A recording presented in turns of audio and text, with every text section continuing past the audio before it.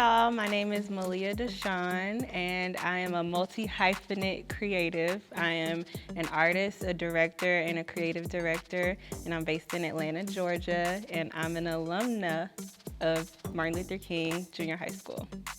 MLK was really fun. I think I went to high school at a time where we still were very much into having real life experiences more than just being on the internet all the time. So I spent a lot of time with my friends and I was in activities. I was a cheerleader. I actually was one of the youngest cheerleaders on the team at the time because I was a sophomore. Well, I auditioned when I was a freshman at like the end of the year or something, and so I was a sophomore on varsity, and that was like a big deal. Like, oh, John, you a sophomore on varsity? And I think I got it because I had really good toe touch, and I was also, pretty good with my moves and stuff. So I had a lot of fun cheering. I really like performing. I really like dancing. So I think that is what made high school a lot more fun for me because, in DeKalb County, we got our games and the games are so much fun. And I would always look forward to them and get to see all of my friends there and just have like a good time. Like every week, I feel like we had something to look forward to. And me being active and me being on the squad really like helped me to have fun in high school and also be smart. Like we had to keep our grades up. We had to, study and if we, weren't doing good, we couldn't participate. So it was a good balance for me for keeping up with my grades, but also being active and having fun at the same time.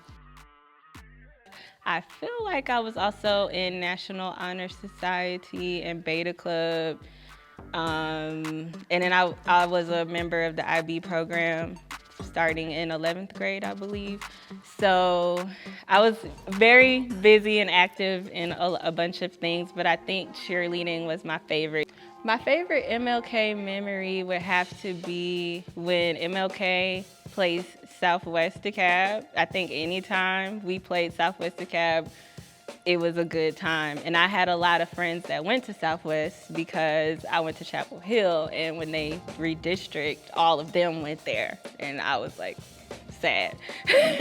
But I still got to see all of them when we played each other. And of course, like on the weekends and stuff, because Southwest is literally right down the street. So I was always able to still see my friends, and it really just felt like a really big community of people. Like I had friends that went to Southwest, Cedar Grove, MLK, and we all would just see each other and hang out all the time, literally at each other's houses or at the games. So I think the games for sure, MLK, Southwest, MLK Stevenson also, and basketball, surprisingly, Redan, that was always intense for us. I don't know if it's still like that, but when we would have to go up against day cheerleaders, we knew we had to bring it.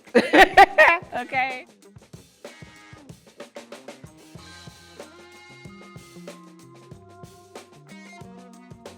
Being a cheerleader, I had to learn a lot of leadership skills. I had to learn how to use my voice and stand up for myself and discipline and focus.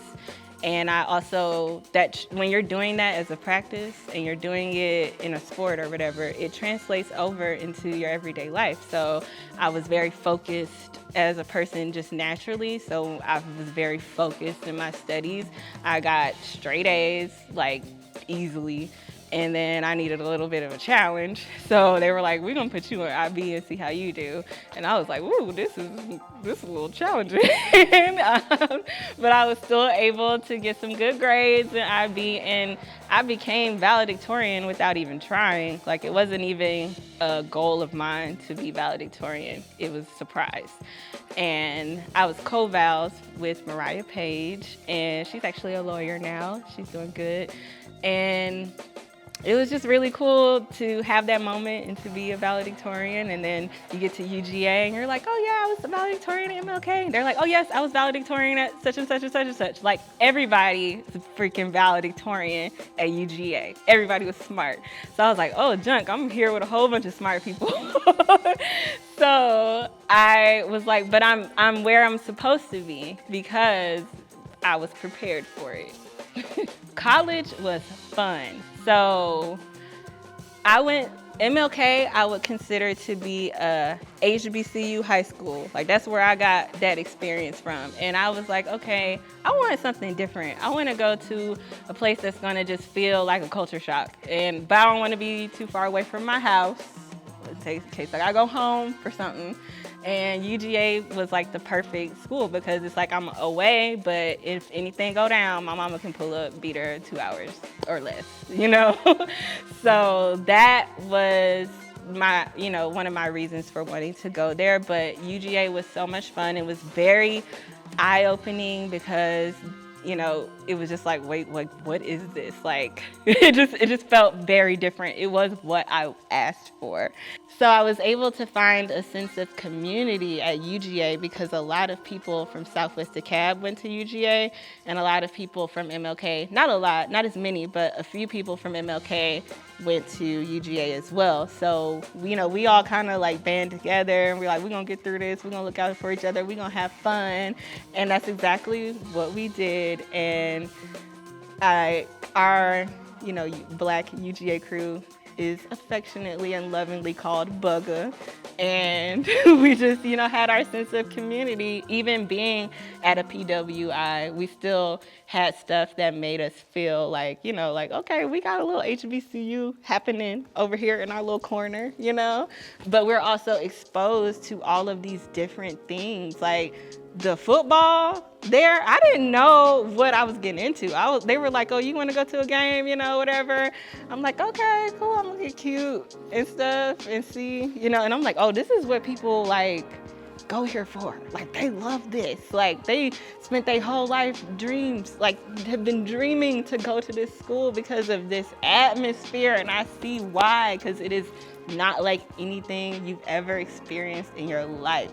And like you will take someone to a game. Like I took my mama to a game one time. She was like, kind of hesitant, like, I don't know if I want to go to that.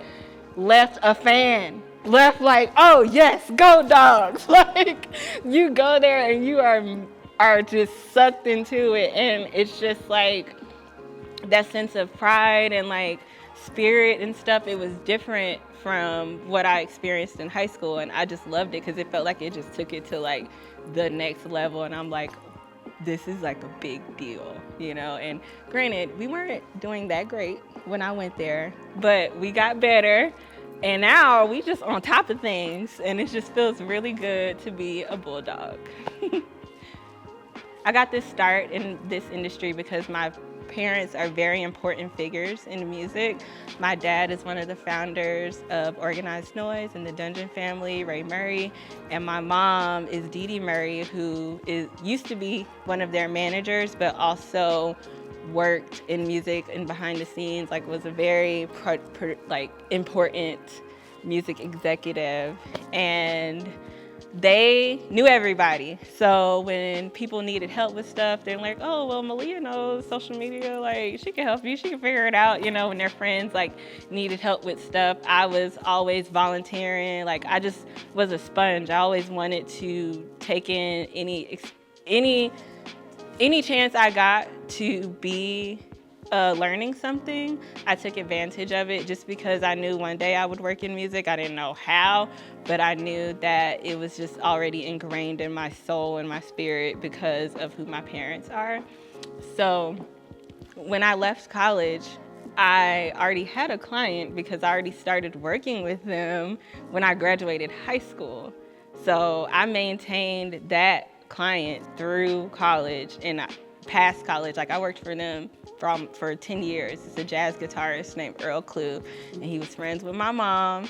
And I went to a meeting with them one day, and I just kept talking, and they were like, we could use you. Like you smart. And they hired me right out of high school to work on their social media and digital marketing. And I kept that going past college, even into like adult years, like in my 20s, early 20s and everything. I was still working with them after I graduated college. And I also needed to figure out like some other things because I just didn't fully know what I wanted to do. So I had like a little gap year, but in that year, I interned everywhere. I interned for Future, I interned for General Electric, I interned for some other places I probably can't even remember at this time, but I was interning and I was learning and just soaking in knowledge, and gratefully was able to have somewhere to stay while I was doing that. So I came across this artist named Rory, who was working with LVRN at the time via an article that one of my friends sent to me. And I was just like, oh my God, this kid is really dope.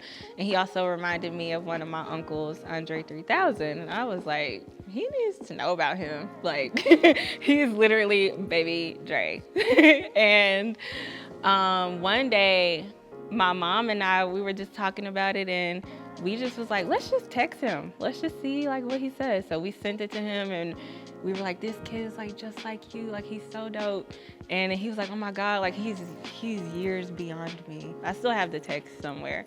But I was like, Rory needs to know this. Like, we need to tell him what just happened. So then I tweeted him, and I was like, hey, Andre 3000 loves your music, like keep up the good work.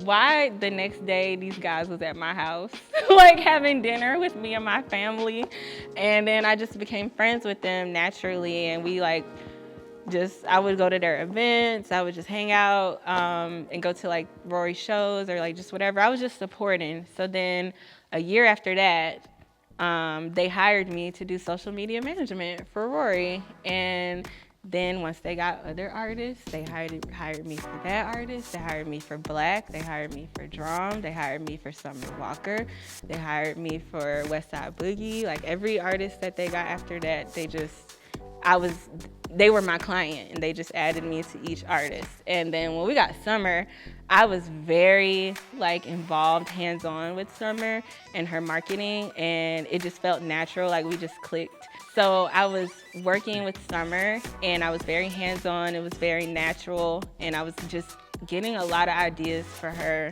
like very easily. And they were recognizing my leadership skills, and they were like, you know what, we're gonna promote you. And I was like, thank you. So I got promoted to being senior marketing director of LVRN. And that felt like really good. And that was happening around the time of Over It. And it was just like, oh my God, like all these amazing things are happening. Like, and I'm working on all of these things at a different level now. Like this is like the real deal, you know? And it was also unlocking other creative parts of me, because like I would listen to her music and I would just visualize and get ideas, and I'm like, this should be the video for this song. And then them being open to my ideas, them being LVRN, they were like, yeah, write the treatment. Like, we'll see, you know, if that's what it should be. When 2020 happened, everything changed, and it felt like my job was just only on the internet, and I was like, no, I need to do something else. Like, I want to make a change, and if it's any time to make a change in life, I think it's this time. I know it's a scary time to make a change, but I just felt it so deeply in my soul that I needed to, and that's what I did. I emailed every single person I had in my contacts when I left LVRN, and I was like, well, I'm about to direct music videos and do whatever else comes along. And that's exactly what I did. Soon after that, I directed 3 music videos that next month. And then the following year, directed even more things. And it was just even beyond music videos, because I was learning these skills. So I was able to gain creative direction clients because of my skills in working in music videos. And then I also did like live performances. So I was able to direct a live performance that was on TV on Jimmy Kimmel with Kelly Rowland and Amorphous. And that felt like a dream come true. And then I've been able to direct even bigger things. Like last year, I was like, I want to direct a big budget video, and I want it to be a big deal. But then I got a text from my producer, and he was like, you need to submit for this one. And it was Lotto and Glorilla. And I was like, oh yeah, this video is mine. So then I actually wrote out, the treatment, submitted it. It happened so fast, literally like in a blink of an eye.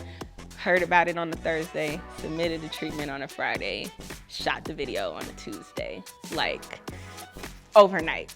And it was like a dream come true, literally. And I was like, wow, like I asked for this, I prayed for this, it came. And it was like one of my most favorite videos to date. And it's just like exciting because I'm like, wow, like I'm doing the things that I want to do. And I feel very grateful to be in that position and just honored to be able to be a creative out here. When you're creative, you don't want to just do one thing. You start to realize you're good at a bunch of things. So like people who make music are so really good at drawing or painting or, or they're also good at songwriting, or they're also good at dancing, or they're also good at directing videos, or, putting the creative together. And I was like, okay, I'm one of those people that's good at a lot of creative things. And I started songwriting last year, and I was like, this is cool. I think I like to sing. I had just got back from London because I was out there on tour with Summer, and I came back. I was feeling inspired. I was like, all right, I'm writing this. I was writing incessantly. I couldn't stop writing. That was like my first song that I actually made in the studio with somebody else. And I was like blown away at what I was able to create. And so now I'm doing that too. I'm making music, I'm writing my own songs. I have dancers, we be practicing, and I'm in boot camp right now for performance. Things are really shifting in my life, and I see how everything that I've listed out today has prepared me for the next thing. From doing social media, learning about the ins and outs of that, to marketing, working at a record label with several different artists, to directing music videos, to creative direction, to now being an artist and having all of that knowledge within me. So I really know how all of this works, but then also having all of the knowledge within me even from childhood and my parents. I was like, oh, wow, I've been being prepared for this my whole life when I think about it. And I'm just really grateful for that. I have a lot of advice for the youth of today. One being, take mental breaks from the internet. That is my number one advice. The internet is a highlight reel for the most part, social media is. So it's don't compare yourself to what's going on. You don't know what's going on in that person's life. We don't know, so be inspired, let things inspire you, add it to your mood board, add it to your vision board, but don't compare yourself in your present situation to what something else that's happening in someone's life. You don't know how they got there, and you don't know what they're going through to keep these things going. This is something I used to hear in church. But yeah, take breaks from the internet, go outside, play, get in some grass, put your feet in the grass, go run, go play football, go play catch, get a hobby, write your thoughts in a journal, do y'all write on paper still? Do you do that in school? I know they got the computers and everything nowadays, but write out your thoughts in a journal. Take time to sit with your thoughts. You don't have to tweet every single thought that comes to mind, or you don't have to post every single thought that you get on Facebook or on Instagram stories. Some of those thoughts need to be just with you. And God, so find other outlets of release. And another piece of advice I would like to say is be kind to yourself. Be careful about the words that you're using, about when you're speaking to yourself, speak kind thoughts to yourself, affirm yourself, be intentional with the way that you want to live your life. If you have these dreams that you're going after, know that you have these dreams for a reason. They're literally you want them for a reason. They're in your life for a reason. And just based off of you wanting them is validation enough that you should have them. And anything that anybody else says that negates that is just noise. Literally ignore them and have your tunnel vision, and know that if it's not happening right now, it will happen when it's supposed to.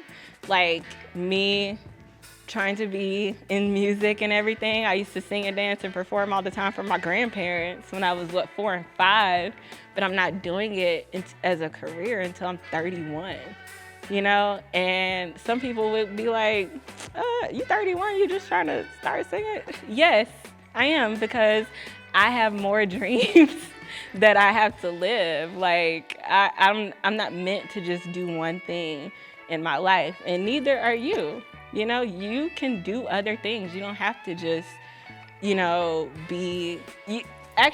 can be other things, and you don't always have to be the one who's seen doing it. Like all these jobs that I, told you about, I did a lot of behind the scenes work before I was the one in front of the scenes. So that could also show you that sometimes you can be learning these skills and then you're gonna apply them later when you're gonna be the one in front of the scenes, and that knowledge never leaves you, and it's there for a reason. So literally dream as big as you want and let all of the stepping stones guide you to that place that you want to be. I would like to shout out, I don't think she's still here anymore, but Coach Gleaton was my cheerleading coach, and I still talk to her to this day. Love her so, so, so, so much. And since I'm a DeKalb baby, I also have to shout out Mr. Marvin Strong, who was my choir director at Narvi J. Harris, because I was in the choir there. And we were for real, like real deal chorus, okay? It was like 300 of us. Being in chorus was cool, and I have to shout him out. I love Mr. Marvin Strong and Coach Gleaton and all of the teachers that I had. I'm just so grateful for. And also, I think about this teacher all the time. I don't know where she is, but Miss Yoder was my middle school teacher, and we used to make up songs, and I still remember those songs that she would make up with us to learn history. Like we were learning about like seas in China and stuff like that. I still remember those songs. So I hope she's doing well. And I'm just grateful for all of my teachers that I had in DeKalb. Hi, my name is Malia Dishon, and I love DeKalb schools. Thank you.